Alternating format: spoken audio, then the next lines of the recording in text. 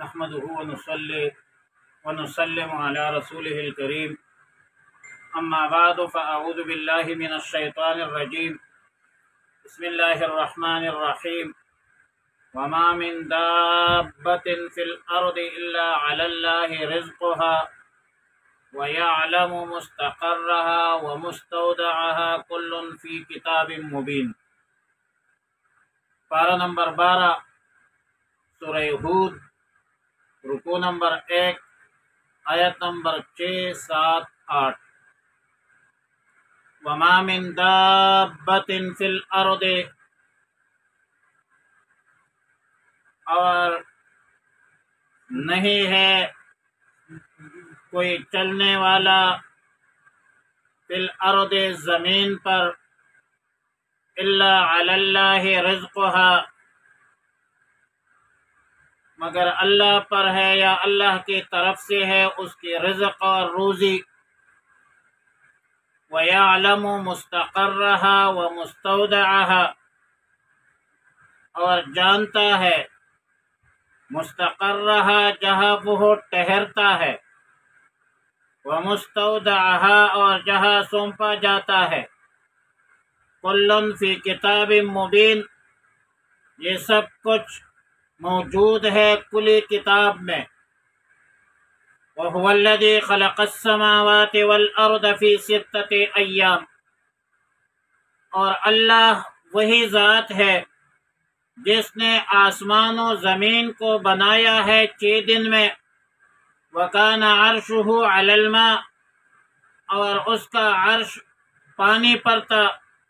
لِيَبْلُوَكُمْ أَيُّكُمْ أَحْسَنُ عَمَلًا، تاکہ آزمائے تم کو کہ کون تم میں سے اچھا کام کرتا ہے۔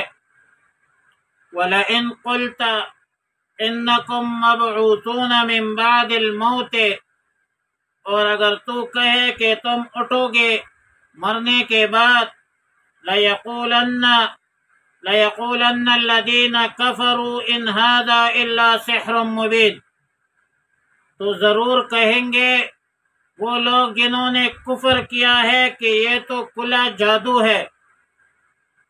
وَلَئِنْ أَخَّرْنَا عَنْهُمُ الْعَذَابَ إِلَىٰ أُمَّةٍ مَّعْدُودَةٍ، اور اگر ہم روکے رکھے ان سے عذاب کو ایک مدت معلوم تک، لَيَقُولُنَّ مَا يَحْبِسُهُ، تو کہنے لگیں گے کہ کس چیز نے روک دیا ہے عذاب کو۔ الا خبردار، یوم یأتیہم لیس مصروفا عنہم، خبردار جس دن ان کے پاس عذاب آئے گا، وحاق بہم ما کانوا بہ یستہزئون، اور گھیر لے گی ان کو وہ چیز جن کا وہ مذاق بنایا کرتے تھے۔ آیات مذکورہ آیت نمبر 6 میں اللہ کی صفت رزاق کا مظہر بتلایا گیا کہ اللہ تعالی صرف انسانوں کو نہیں بلکہ زمین پر چلنے والے ہر جاندار کو بھی رزق دیتا ہے۔ درند پرند چرند ہر انسان اور ہر حیوان کو رزق دیتا ہے، مسلمان ہے کافر ہے۔ اے کریمی کے از خزانہ غیب گبر و ترسا وظیفہ خورداری، دوستارا کجا کنی محروم تاکہ با دشمنہ نظرداری۔ دابہ اصل میں کل ما یدب علی الارض کو کہتے ہیں، زمین پر چلنے والے ہر چیز کو دابہ کہا جاتا ہے، جس میں آبی جانور، دریائی جانور وغیرہ اور پرندے وغیرہ سب شامل ہے۔ یہاں پر وما من دابۃ فی الارض الا علی اللہ، علی بمعنی الہ ہے، اور ظاہر ہے کہ عربی قاعدے کے مطابق ایک حرف جر دوسرے حرف جر کے معنی پر آتا ہے، یعنی الا من اللہ رزقها، اس کے رزق اللہ کے طرف سے ہے۔ اور اگر علی اپنے معنی پر ہو تو یہ وعدہ ہے صادق کریم کا اللہ کی طرف سے، اور ظاہر ہے کہ رزق کا وعدہ اللہ نے کیا ہے۔ ان اللہ هو الرزاق ذو القوت المتین، اللہ تعالی رزق دینے والا ہے، تو یہ اللہ کا وعدہ ہے اور اللہ نے اپنے وعدے کی مخالفت بھی نہیں کرنی ہے۔ ان اللہ لا یخلف الميعاد، اللہ تعالی اپنے وعدے کی ذات سے مخالفت بھی نہیں کرتا۔ رزق اس غذا کو کہا جاتا ہے جس کے ذریعے سے روح کو بقا ملتی ہے اور جسم کو نمو ملتی ہے، ترقی ملتی ہے، نشو و نما ہوتی ہے۔ یہاں پر ایک چھوٹا سا سوال پیدا ہوتا ہے کہ جب رزق کا وعدہ اللہ کی طرف سے ہے تو پھر بہت سے جانور اور انسان غذا اور رزق نہ ملنے کی وجہ سے، بھوک پیاس کی وجہ سے وہ مر جاتے ہیں۔ تو جواب یہ ہے کہ رزق کی ذمہ داری بے شک اللہ کی ہے۔ ان اللہ هو الرزاق،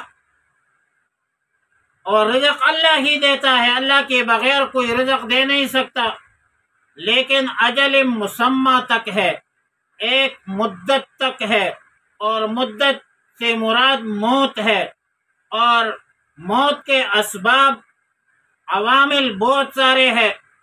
امراض بھی موت کے اسباب میں سے ہے، اور اسی طرح غرق ہونا دریا میں، پانی میں، یہ بھی موت کے اسباب میں سے ہے۔ ایکسیڈنٹ بھی ہے، جلنا بھی ہے، اور بہت سارے امراض بھی ہے۔ تو اسی طرح موت کے اسباب میں سے ایک سبب رزق کا بند ہونا، یہ بھی موت کے اسباب میں سے، لہذا اس پر اعتراض وارد نہیں ہوتا۔ وَيَعْلَمُ مُسْتَقَرَّهَا وَمُسْتَوْدَعَهَا، صاحب روح المعانی علامہ آلوسی نے بحوالے مستدرک حاکم سیدنا عبداللہ ابن مسعود سے روایت نقل کی ہے کہ مستقر سے مراد ماں کا رحم ہے، اور مستودع سے مراد موت آنے کے مواقع ہے۔ اس کے علاوہ بھی بہت سارے تفاسیر ہے، لیکن لغت کے اعتبار سے اقرب معنی وہ ہے جس کو علامہ جار اللہ زمخشری نے تفسیر کشاف میں ذکر کیا ہے کہ مستقر اس جگہ کو کہتے ہیں جہاں کوئی شخص مستقل طور پر قیام اختیار کرے، مستقل رہائش اختیار کرے، اور مستودع اس جگہ کو کہتے ہیں جہاں بندہ عارضی طور پر کسی ضرورت کے تحت وہ ٹھہر جائے۔ مطلب یہ ہے آیات کا کہ اللہ تعالی رزق کے حوالے سے دنیا کے لوگوں پر، دنیا کے حکومتوں پر اللہ کی صفت رزاق کو قیاس مت کرو، دونوں میں فرق ہے۔ اگر کوئی شخص کسی بھی دن کسی بھی جگہ پر ٹھہر جائے تو اللہ تعالی وہاں پر بھی رزق دیتا ہے، اور اللہ تعالی خود ہی رزق کا انتظام فرماتے ہیں، کیونکہ اللہ تعالی ہر مخلوق کے حرکات سکنات سے باخبر ہے۔ بغیر کسی درخواست کے، بغیر کسی اطلاع کے اللہ تعالی راشن اور اس کے مقدر میں، اس کے نصیب میں جو رزق ہے، النصیب یصیب ولو کان تحت الجبل، نصیب پہنچ جاتی ہے اگرچہ پہاڑ کے نیچے کیوں نہ، وہ رزق دانا پانی آپ جہاں بھی جائے وہ رزق آپ کے ساتھ خود بخود گھومتا ہے، پھرتا ہے، وہاں اللہ تعالیٰ خود راشن کا انتظام فرما دیتے ہیں۔ اللہ تعالیٰ کا علم بھی محیط ہے، قدرت بھی کاملہ ہے، تو علم محیط اور قدرت کاملہ کی بنیاد پر اللہ تعالیٰ صرف ارادہ فرماتا ہے۔ کذالک، کیونکہ اللہ تعالیٰ نے فرمایا اذا قضا امرا فانما یقول له کن فیکون، اور مزید اطمینان کے لیے فرمایا کہ کل فی کتاب مبین، یہ سب کچھ واضح کتاب میں لکھا ہے، اور کتاب مبین سے مراد لوح محفوظ ہے، جس میں کائنات عالم کے ہر چیز کے روزی، عمر، عمل سب کچھ موجود ہے جو حسب موقع کے مناسبت سے متعلقہ فرشتوں کو سپرد کی جاتی ہے۔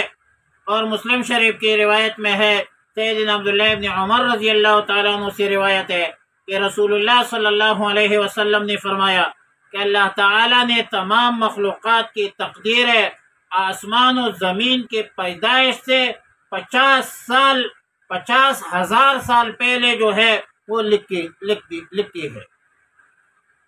آیات نمبر 7 میں فرمایا کہ اللہ تعالیٰ کے علم محیط اور قدرت قاہرہ کا ایک مظہر یہ بھی ہے کہ اللہ تعالیٰ نے آسمانوں کو زمین کو 6 دنوں میں پیدا فرمایا ہے، اور ان چیزوں سے پیدا کرنے سے پہلے عرش الرحمن جو تھی وہ پانی پر تھی۔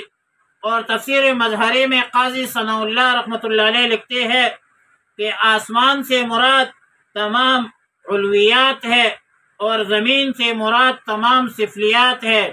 جتنے بھی اوپر والی چیزیں ہیں وہ مراد ہے آسمان سے، اور زمین سے نیچے والی چیزیں مراد ہے۔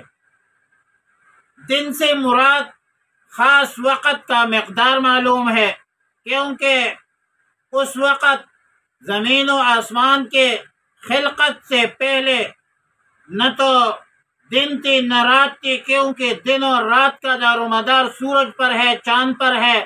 اس وقت یہ تھی نہیں، لہذا فی 6 ایام سے مراد یہ خاص مقدار مراد ہے، بعینہ ہی یہ دن مراد نہیں ہے۔ یہ تو پوری کائنات اللہ تعالی ایک لفظ کن سے بھی پیدا کر سکتا تھا، لیکن تدریج میں حکمت ہے عالم انسانیت کے لیے، اور تعلیم ہے عالم انسانیت کے لیے، انسانیت کے مزاج کے موافق مناسب، تاکہ زمین و آسمان کے خلقت جو ہے یہ تدریجن ہو، اور یہ تعلیم ہے کہ ہر کام تدریج سے جو ہے وہ کیا جائے۔ اب زمین و آسمان کو پیدا کرنے کا مقصد کیا ہے؟ کیوں پیدا کیا ہے؟ عالم انسانیت کو کے لیے کیوں مسخر بنایا ہے؟ زمین انسان کے لیے، آسمان انسان کے لیے، ہوا انسان کے لیے، فضا انسان کے لیے، حیوانات، نباتات، جمادات، یہ سب کائنات چیزیں جو ہے یہ اللہ تعالیٰ نے انسان کے لیے مسخر بنایا ہے۔ وسخر الشمس والقمر والنجوم مسخرات بأمره الا له الخلق والامر فتبارک اللہ احسن الخالقین۔ کیوں پیدا کیا ہے؟ خلق لکم ما فی الارض جمیعا، انسانیت کے لیے پیدا کی ہے۔ کیوں پیدا کی ہے؟ لیبلوکم ایکم احسن عملا۔ یہ سب چیزیں اسی مقصد کے لیے پیدا کی ہے کہ کون تم میں سے اچھا عمل کرتا ہے۔ احسن عملا فرمایا، اکثر عملا نہیں فرمایا۔ اکابرین کا قول ہے کہ عمل بے شک تھوڑا ہو لیکن اچھا ہونا چاہیے، اس میں استقامت ہونا چاہیے۔ فرمایا نبی علیہ الصلوۃ والسلام نے کہ احب الاعمال الی اللہ ادومها وان قل، تھوڑا سا عمل ہو لیکن اس میں استقامت ہو، اس میں اخلاص ہو، ہر عمل اللہ کی رضا کے لیے ہو۔ احسان، احسن و احسان سے ہے۔ احسان یہ ہے کہ ان تعبد اللہ کأنک تراہ، آپ اللہ کی عبادت ایسی کیجئے کہ گویا آپ اللہ کو دیکھ رہے ہیں۔ یہ مکاشفہ ہے۔ اور دوسری صورت یہ، اگر یہ کنڈیشن نہیں بن سکتی، یہ صورت نہیں بن سکتی، تو پھر فَإِن لَمْ تَكُنْ تَرَاهُ فَإِنَّهُ يَرَاكَ، پھر آپ یہ سچویشن بنا دیجئے، یہ کیفیت بنا دیجئے کہ آپ کو اللہ دیکھ رہا ہے۔ اس کو مراقبہ کہا جاتا ہے۔ تو ہر عمل جو ہے وہ احسان اور اخلاص کی بنیاد پر ہو، اور پھر تیسرے یہ ہے کہ سنت کے مطابق ہو، سنت کے مطابق ہو۔ نبی علیہ الصلوۃ والسلام کا ہر عمل وہ پورے عالم لقد کان لکم فی رسول اللہ اسوۃ حسنہ، رسول اللہ مبارک صلی اللہ علیہ وسلم ہمارے لیے بہترین نمونہ ہے۔ نبی علیہ الصلوۃ والسلام کا ہر عمل ہماری رہنمائی کا ذریعہ ہے۔ معاذ بن جبل کو جب یمن کا عامل مقرر کیا تو رسول اللہ مبارک صلی اللہ علیہ وسلم نے فرمایا تھا کہ اخلص دینک یکفیک العمل القلیل، اپنے دین میں اخلاص پیدا کرو، وہ تھوڑا عمل بھی آپ کے لیے کافی ہے۔ تو احسن عملا، عمل اچھا ہونا چاہیے، عمل اچھا ہونا چاہیے، تھوڑا ہو لیکن اچھا عمل ہونا چاہیے۔